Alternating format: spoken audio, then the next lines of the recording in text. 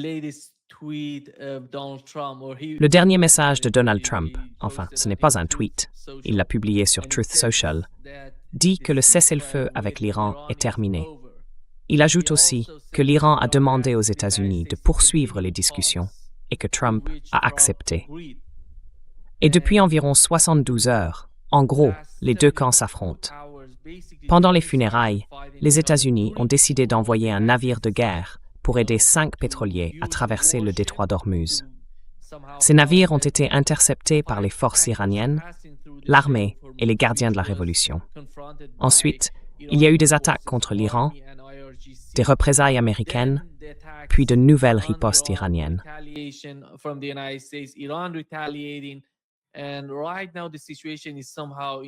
En ce moment, la situation est un peu comme dans un coma. Quelle est, selon vous, la réalité du jeu qui se joue dans le détroit d'Ormuz? Vous vous souvenez, quand Donald Trump avait tenté cette opération, qu'il appelait Opération Freedom. Elle avait duré 12 heures ou 9 heures, puis il avait déclaré qu'il n'allait pas la poursuivre. Aujourd'hui, on a l'impression qu'ils sont à nouveau dans le même type de jeu. Quelle est votre lecture de situation actuelle dans le détroit d'Ormuz?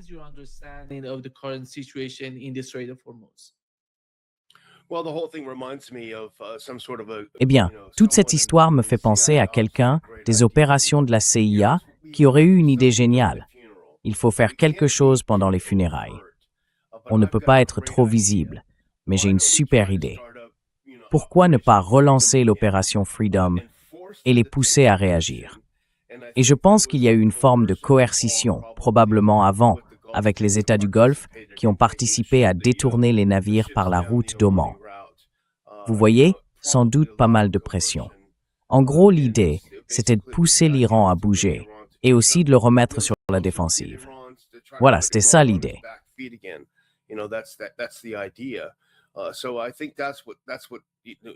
Je pense que c'est ça, au fond, qui a tout déclenché. Quelqu'un a cru que c'était une idée géniale.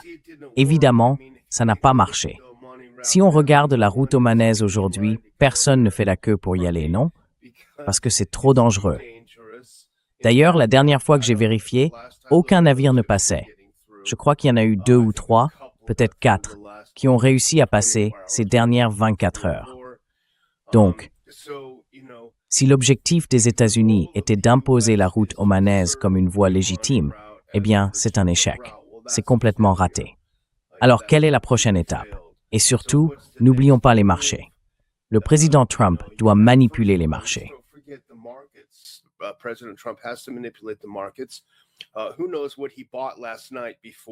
Qui sait ce qu'il a acheté hier soir, ou ce que sa famille a acheté hier soir, avant sa publication d'aujourd'hui, et comment tout ça pourrait être monétisé? Parce qu'il y a un schéma qui se répète, et franchement, c'est assez indécent. Je n'ai jamais rien vu de tel dans une administration américaine. Donc on a tout ça, et encore une fois, peut-être pour la 41e fois, les Iraniens supplient pour entamer des discussions. Ils veulent un accord. Ils l'appellent au téléphone. Honnêtement, plus personne n'y croit, Nima. Ça marche plus. Mais les marchés, eux, ne réagissent pas comme le reste d'entre nous. Pour eux, tout ça c'est du baratin. On va pas retomber dans le piège. Bon, on est vendredi, et le marché va fermer dans quelques heures. Donc on peut s'attendre à ce qu'il se passe quelque chose, je pense.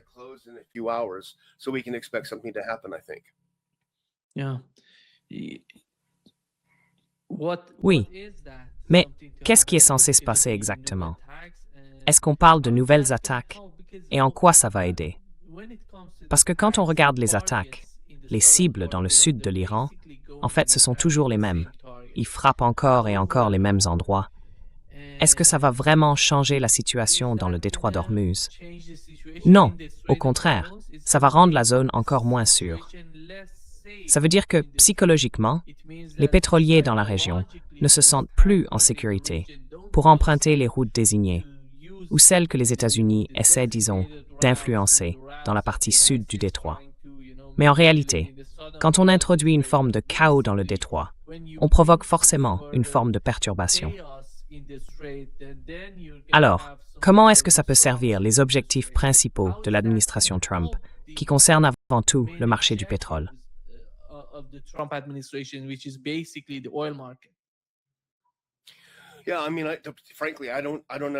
Franchement, je ne comprends pas quels sont les objectifs, et je ne pense pas que l'administration Trump les comprenne non plus. Est-ce un changement de régime? Vous savez, Trump dit tous les 2 ou 3 jours qu'il faut s'assurer qu'il n'ait pas l'arme nucléaire. Mais ça ne tient plus la route. Quels sont les objectifs? Ils ne savent pas eux-mêmes ce qu'ils veulent. Et à chaque fois qu'on lance une action militaire, il faut au moins avoir une idée claire de la fin qu'on vise. Ça aide, en général. Alors, quel est le but final? Il y a beaucoup d'auto-illusions du côté du gouvernement américain. Et ce n'est pas seulement à propos de l'Iran, mais aussi dans le conflit entre la Russie et l'Ukraine. C'est cette idée, et ça dure depuis 20 ou 30 ans, Nima, que les néoconservateurs vendent une histoire complètement fausse.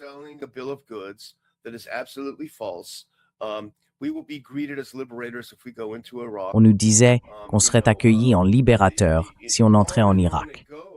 Vous voyez, c'est toujours la même histoire. Le régime iranien, disait-on, n'a jamais été aussi faible. Il est prêt à s'effondrer. Il suffirait de quelques frappes ciblées et le peuple descendrait dans la rue. Eh bien, devinez quoi? Le peuple est bien descendu dans la rue, environ 40 millions de personnes, mais ils ne criaient pas « Bienvenue l'Amérique ». Ils criaient « Mort à l'Amérique » après que leur dirigeant ait été tué. Et aujourd'hui, c'est la même chose.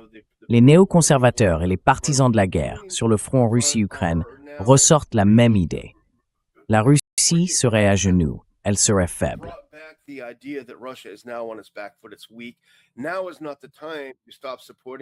Ce n'est pas le moment d'arrêter de soutenir l'Ukraine. Il faut leur en donner plus. Il faut les encourager à mener des frappes en profondeur, parce que la Russie est sur le point de venir à la table des négociations. Tout ça, c'est un tissu de mensonges, et ça n'a jamais marché. Mais ils continuent sans cesse d'en parler. Et malheureusement, on a un président qui, visiblement, n'est pas intéressé. D'abord, il ne s'intéresse pas du tout au briefing. Il ne lit rien. Il veut juste qu'on lui dise ce que ses proches veulent qu'il entende. Il ne veut pas écouter d'informations qui contredisent ça. Résultat, c'est le principe du mauvais en entrée, mauvais en sortie. Et c'est exactement ce qu'on voit aujourd'hui dans la politique étrangère des États-Unis.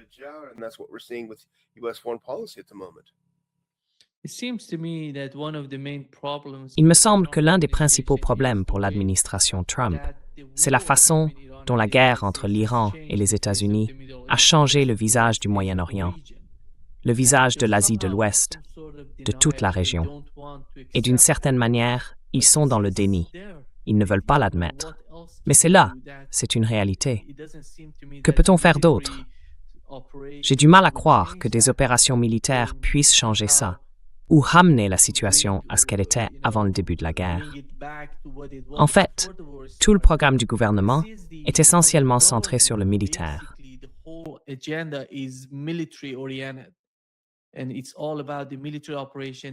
Tout tourne autour de l'opération militaire.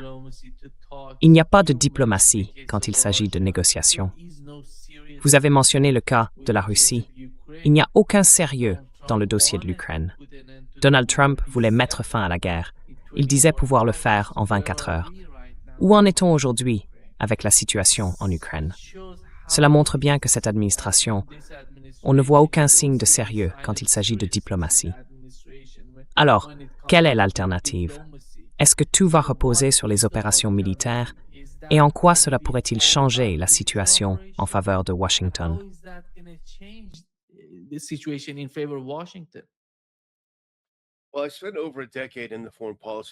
Eh bien, j'ai passé plus de 10 ans dans le milieu de la politique étrangère à Washington et je sais très bien, parce que j'étais toujours celui qui détonnait, que ce milieu fonctionne avec une pensée circulaire, presque magique.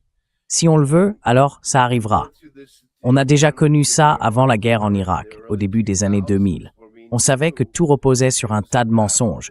On savait ce qui se passait. On savait ce qui allait se passer. Mais si, dans une réunion avec les autres experts des grands think tanks bien financés, vous osiez lever la main pour dire « Mais, et ça alors ?» Tout le monde vous regardait comme si vous aviez deux têtes, parce qu'ils étaient tous d'accord entre eux. Voilà, c'est comme ça que ça fonctionne.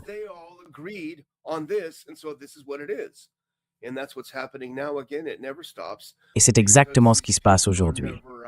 Encore une fois, ça ne s'arrête jamais, parce que ces gens-là ne quittent jamais vraiment le pouvoir. Vous savez, quand ils ne sont pas dans l'administration, ils filent vers un think tank, ou bien ils font un petit passage dans le complexe militaro-industriel, puis ils reviennent aux affaires. C'est une porte tournante. Du coup, il n'y a pas de vraie pensée nouvelle à Washington.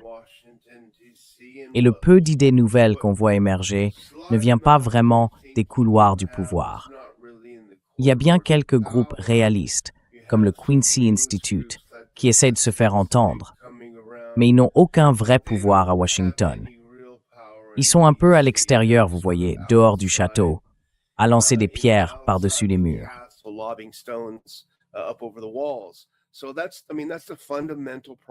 C'est ça, en fait, le vrai problème à Washington. C'est la pensée magique.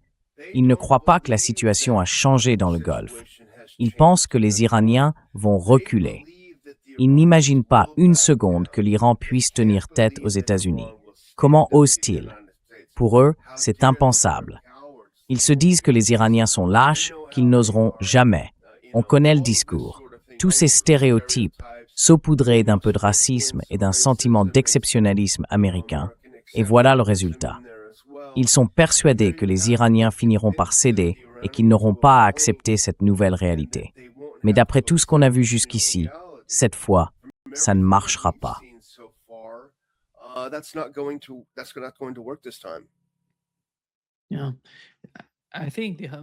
Oui, je pense que toute la situation dans le Golfe, avec la guerre, a vraiment changé l'état d'esprit des pays du CCG. Je ne sais pas quelle est ton analyse là-dessus, ni à quel point tu vois un changement dans leur façon de penser leur stratégie, surtout en matière de sécurité et pour la région en général. Parce qu'en ce moment, la sécurité, c'est absolument essentiel.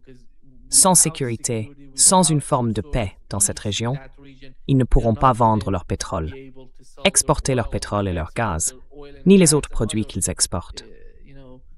Alors, comment ce changement se manifeste-t-il dans l'esprit des pays du CCG?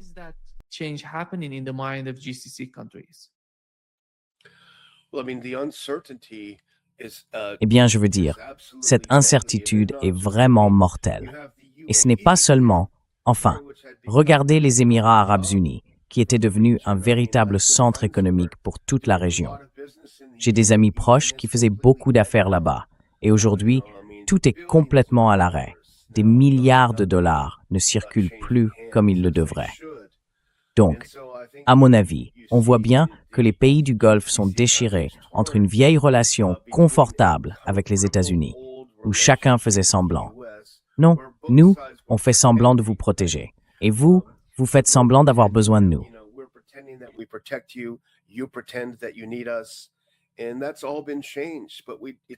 Tout ça a changé, mais c'est toujours difficile d'accepter le changement, surtout dans les relations internationales. Et je pense que, comme on le voit, il y a encore des questions. Est-ce qu'ils vont autoriser le survol de leur espace aérien? Pour l'instant, oui. Ils ont même participé à cette mise en scène pendant les funérailles de Khamenei. Donc, à mon avis, ils sont partagés entre les deux camps. Et puis, évidemment, ils ne veulent pas reconnaître la réalité. Qu'un pays chiite comme l'Iran semble soudain capable de projeter sa puissance d'une manière qu'ils n'auraient jamais imaginée. Je pense que ça joue aussi.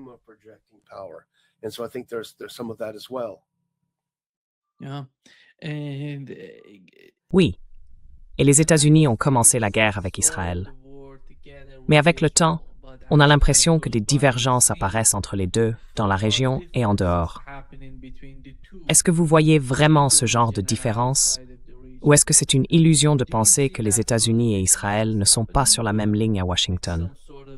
Je parle de Washington et de ses responsables politiques qui soutiennent Israël.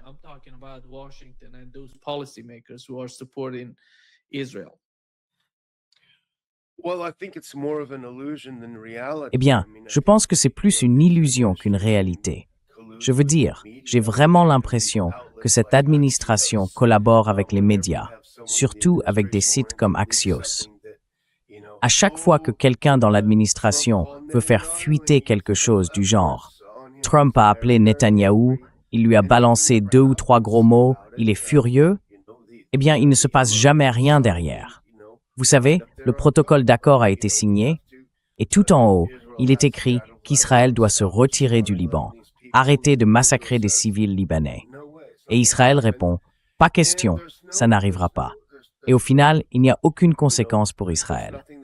À part, vous voyez, on envoie J.D. Vance dire 2 ou 3 phrases, mais rien de concret ne se passe. Les États-Unis ne parviennent pas à contraindre Israël.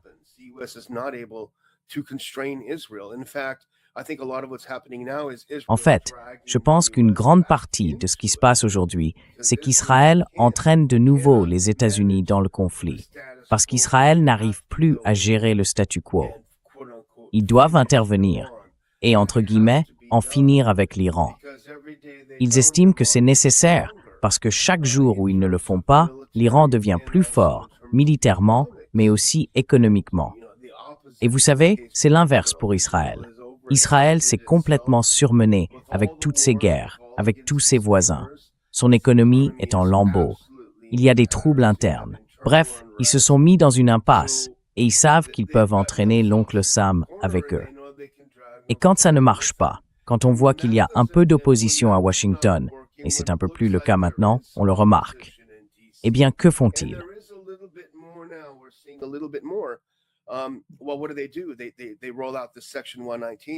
Ils mettent en avant la section 119 de la loi sur l'autorisation de la défense nationale, qui en gros fusionne les forces armées américaines et israéliennes, et sort tout ça du champ de la politique étrangère. En fait, ça retire au président un pouvoir qui relève normalement des relations internationales, ce que la Constitution prévoit pourtant. Le président a un pouvoir limité, l'exécutif a un pouvoir limité, et ce pouvoir est souvent abusé aux États-Unis. Mais là, on parle d'un domaine où il détient un pouvoir légitime, encadré par l'équilibre des pouvoirs et la supervision du Congrès. Malgré tout, ce pouvoir lui appartient. Cette mesure cherche à lui retirer ce pouvoir et en même temps à décharger le Congrès de sa responsabilité dans le processus de vente d'armes et d'autres décisions de ce type. C'est donc une manœuvre désespérée, mais aussi une manœuvre qui pourrait être dévastatrice pour la politique étrangère américaine.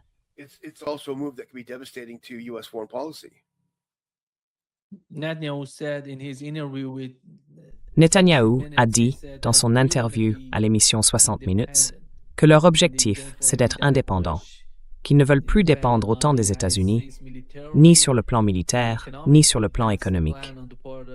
C'est le projet des Israéliens pour les 10 prochaines années.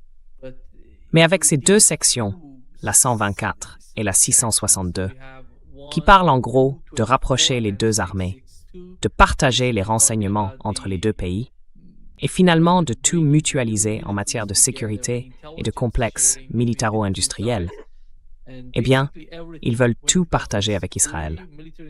Alors, comment cette forme d'indépendance pourrait-elle vraiment exister pour Israël? Est-ce qu'ils essayent de créer une nouvelle forme de propagande pour convaincre je ne sais pas qui, ni quel est le public visé par ce genre d'argument? Est-ce que ce sont les Israéliens? Est-ce que ce sont les Américains?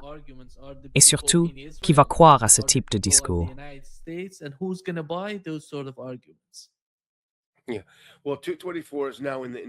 Oui. Alors, le 224 figure maintenant dans la nouvelle version du NDAA. Je crois que c'est le 192 ou peut-être le 119, d'après ce que je vois. Je ne sais pas si le 662 a été modifié, mais bon, on parle de la même chose. Je veux dire, je pense que ce dont Netanyahou veut s'affranchir, c'est de tout type de contrôle, non? C'est un monstre, mais ce n'est pas un idiot. Il n'a pas survécu aussi longtemps en politique par hasard. Je me souviens, au début des années 90, il disait déjà qu'il fallait devenir indépendant de l'aide américaine. Je pense qu'il dit ce qu'il croit que les Américains veulent entendre. Mais si cet article est adopté, ce qui semble assez probable, alors ils seront indépendants, oui, mais indépendants de tout contrôle, que ce soit de la part du président ou du Congrès. Et ils pourront placer des responsables du gouvernement israélien au sein du Pentagone pour contrôler des domaines comme les achats. Je veux dire, c'est pareil pour le renseignement et le partage d'informations. Et tout ça à un moment où la communauté du renseignement américaine a déclaré que l'espionnage israélien avait atteint des niveaux encore plus élevés que d'habitude, alors qu'on sait déjà que c'est très élevé. Donc ça n'a absolument aucun sens. Mais voilà, il y a le renseignement. Et puis il y a des partisans inconditionnels d'Israël, comme Tom Cotton et Ted Cruz, qui ont énormément de pouvoir au Sénat américain et qui peuvent faire bouger les choses. Et n'oubliez pas, j'y ai été. J'ai été dans la salle où tout se décide. J'ai vu comment ces projets de loi d'autorisation sont rédigés.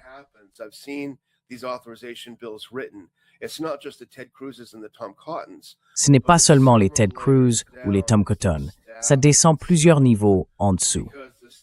C'est le personnel lui-même, parce que le personnel sait très bien que son patron, le sénateur ou le membre de la Chambre, c'est une situation temporaire, la plupart du temps. Alors oui, au Sénat, on reste plus longtemps. Et il y a même des élus qui gardent leur siège bien après leur mort parfois. Mais malgré tout, le patron finit toujours par partir, alors que vous restez en ville.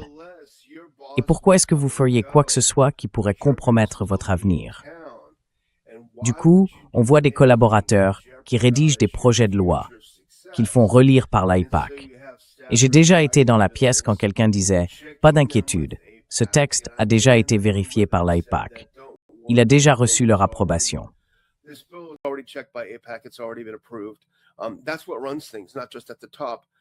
C'est ça qui dirige les choses. Pas seulement tout en haut, mais à tous les niveaux en dessous. Et donc en ce moment, c'est très difficile de changer, même si le changement est en train d'arriver. L'opinion publique américaine a évolué de façon spectaculaire, d'une manière que je n'avais jamais vue de toute ma vie d'adulte. Même, et c'est frappant, chez les républicains américains conservateurs, où plus de la moitié disent maintenant qu'on ne devrait pas fournir d'armes ni d'argent à Israël. Je n'aurais jamais cru voir ça. Donc on assiste à des changements énormes à un certain niveau. Mais, vous savez, le Congrès et le gouvernement, eux, arrivent toujours après. Alors ils essayent d'en faire le plus possible avant que cette partie en retard ne rattrape la partie en avance.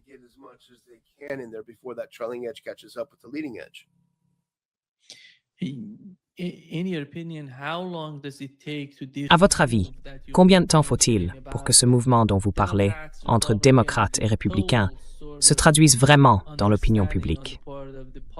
Je veux dire, pour que les gens comprennent clairement que c'est un non à Israël, un non à ce que fait Israël, par exemple, contre le peuple palestinien au Liban. Qu'ils disent non, on ne veut pas de ça, on ne veut pas en faire partie. Alors, combien de temps faut-il pour que cette opinion se reflète dans le système politique américain? On vient d'avoir les primaires à New York.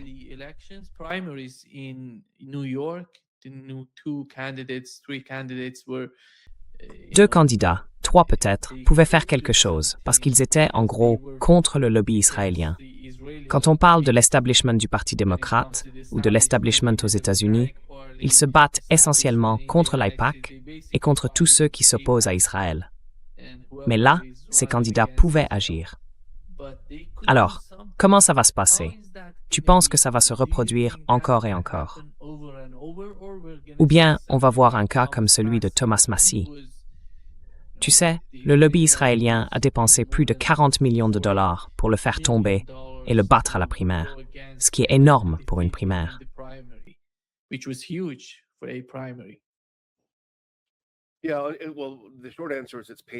Oui, eh bien, la réponse courte, c'est que c'est terriblement lent. Ça n'avance pas aussi vite que certains d'entre nous le voudraient. Mais malgré tout, dans les défaites, il peut y avoir des victoires. Et malheureusement, Thomas Massie a temporairement perdu son siège à la Chambre.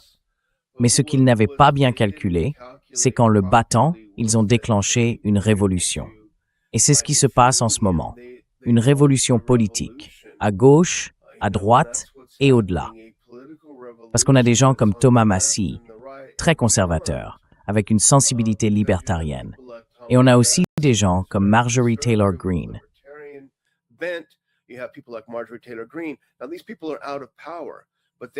Aujourd'hui, ces gens ne sont plus au pouvoir, mais ils restent le centre d'énergie de la droite américaine.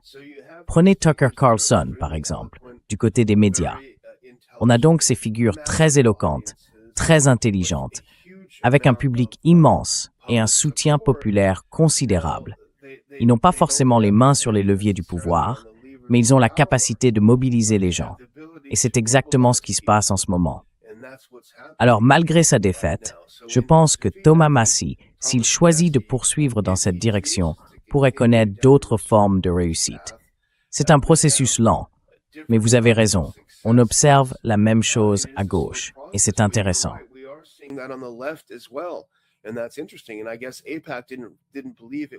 Et je suppose qu'AIPAC a jugé que ça ne valait pas la peine de dépenser autant d'argent. Mais il y avait des gens comme, pardonnez-moi, j'ai oublié son nom, cette jeune femme du Colorado, qui a aussi remporté une primaire. Elle a été licenciée de son poste d'avocate pour avoir écrit une lettre jugée trop critique envers le comportement d'Israël à Gaza. Et au lieu de, vous savez, se replier sur elle-même et disparaître, comme le lobby pro-israélien l'aurait souhaité, elle a décidé de se lancer en politique. Et maintenant, elle est quasiment assurée d'être élue. Elle a battu un représentant en place depuis longtemps, plutôt libéral et pro-israélien. Et aujourd'hui, elle a complètement bouleversé la donne.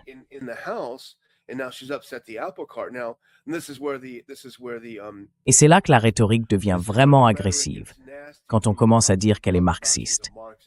Toutes sortes de choses désagréables vont être dites sur elle. Mais en réalité, elle a su convaincre, un peu comme Mamdani, le maire de New York, qui a su parler franchement de la situation. C'est tout le contraire de la direction du Parti démocrate, qui aujourd'hui n'a même plus le courage de conseiller ses membres, de dire aux élus démocrates à la Chambre s'ils doivent ou non voter pour l'amendement de Thomas Massie visant à couper les fonds à Israël, qui sera bientôt examiné dans le projet de loi d'autorisation.